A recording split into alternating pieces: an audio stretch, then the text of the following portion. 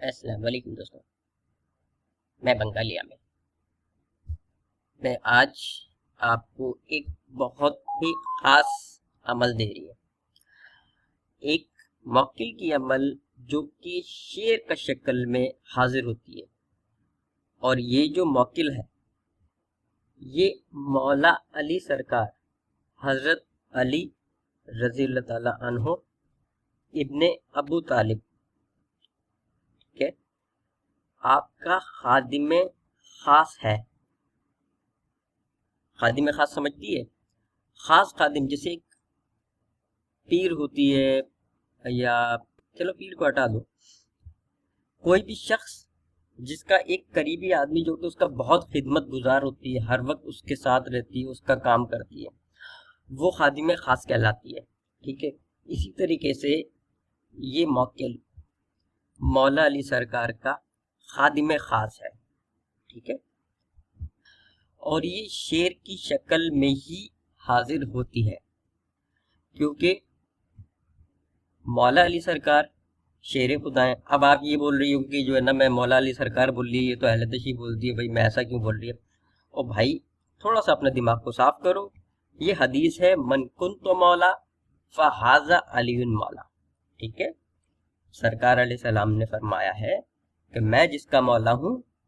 علی اس کا مولا ہے۔ ٹھیک ہے، تو بغض نہیں رکھنی چاہیے، دماغ کو تھوڑا سا صاف رکھنی چاہیے، صرف جو ہے سنی سنائی باتوں کے اوپر نہیں چلنا چاہیے، پوری پیچھے جو ہے آپ اس کو چیک کرو کیا ہے، اس کے بعد جو ہے کوئی بات کرنی چاہیے۔ ٹھیک ہے، تو مولا علی سرکار کہنا غلط نہیں ہے۔ خیر سے ہم اپنے ٹاپک سے ہٹ رہے ہیں، تو بات یہ ہو رہی تھی کہ یہ شعر کی شکل میں حاضر ہوتی ہے کیونکہ یہ مولا علی سرکار کا خادم خاص ہے۔ حضرت علی رضی اللہ تعالیٰ عنہ شیر خدا ہیں، اور یہ آپ کا جو ہے خادم خاص ہے، تو اس لیے یہ بھی شعر کی شکل میں حاضر ہوتی ہے۔ پاور کے بارے میں مت پوچھنا اس کی بھائی کوئی بھی، ٹھیک ہے؟ جس نے اس کو حاضر کر لیا تو سمجھ لو اس کا تو بیڑا پاری پار ہے، کیونکہ بہت ہی طاقتور عامل لوگ یا زیادہ تر ولی اس کو حاضر کرتی ہیں یا کر سکتی ہے، ہر کسی کی بس کی بات نہیں ہے، لیکن کیونکہ لوگ عمل ایسا مانگتے جو کہ محرم الحرام کے لیے جو ہے خاص عمل ہو جو کہ اس میں کی جائے، اس لیے میں یہ عمل دے رہی ہے۔ دوسری اور سب سے اہم بات وہ یہ کہ اس عمل کو کرنے سے پہلے اپنے دماغ کو صاف رکھنا، کسی کے بغض سے اپنے دماغ کو صاف رکھنا، اس کے بعد اس عمل کو کرنا۔ اگر آپ کے ذہن میں کوئی بھی الٹا سیدھا چیز رہا کہ جی یہ تو اس فرقے کے لیے جو ہے نا یہ عمل ہے، یہ تو ان کی ہے تو نہیں ہوگی یا ہوگی، تو اس کے اندر آپ کو رجت ایسی ہوگی کہ بس سوچ نہیں سکتی آپ۔ لیکن اگر آپ کا دماغ صاف رہی تو انشاءاللہ آپ کو کوئی رجت وغیرہ کچھ نہیں ہوگی۔ ٹھیک ہے، اب میں عمل کا ترکیب میں بتا رہی، جیسے کہ میں بتا دی بھائی پاور کے بارے میں بات نہیں کرنا اس کی، ٹھیک ہے، وجہ سمجھ میں آ جانی چاہیے۔ دوسری چیز یہ باطنی آنکھ کا ضرورت اس عمل کے اندر نہیں ہے، رجال الغیب کا خیال رکھنا ہوگی، پرہیز بھی اس عمل کے اندر کرنا ہوگی، اور سب سے اہم بات وہ یہ آپ پوچھے کتنے ٹائم میں یہ حاضر ہوتی ہے؟ بھائی اس کا کوئی ٹائم نہیں ہے، کوئی ٹائم نہیں ہے۔ اس کی وجہ یہ ہے کہ یہ جو عمل ہے بہت ہی پاورفل، بہت ہی طاقتور عمل ہے، اور پیچھے میں آپ کو بتا کر کے یہ بات آئی ہے کہ جس نے اس کو حاضر کر لی اس کا بیڑا پار ہے، کیونکہ ایک تو یہ جلدی ہر کسی سے حاضر نہیں ہوتی، لیکن جس سے حاضر ہوتی ہے تو اس کا بیڑا پاری پار ہے۔ ٹھیک ہے، یہ اب آپ سمجھ جائیے کہ اس کے اندر جو ہے ٹائم بھی لگ سکتی ہے، سارا بات آ جاتی ہے آپ کا روحانی پاور پر۔ خیر اب میں اس کا طریقہ بتا رہی ہے آپ کو، یہ عمل کرنا ہوگیا آپ کو نوچندی جمعرات سے۔ ٹھیک ہے، نوچندی جمعرات کا ویڈیو میں ہر مہینے ڈال دیتی ہے، آگے بھی انشاءاللہ ڈال دے گی۔ بدھ کا دن گزار کر کے جو رات آئے گی اس رات کو یہ عمل کی جائے گی۔ اس عمل کے لیے آپ کو ایک کپڑا الگ رکھنا ہوگی، احرام والا جو کہ میں بتائی تھی نا جلالی پر، اس کے اندر وہ کپڑا آپ کو اس عمل کے لیے رکھنا ہوگا۔ ٹھیک ہے، اور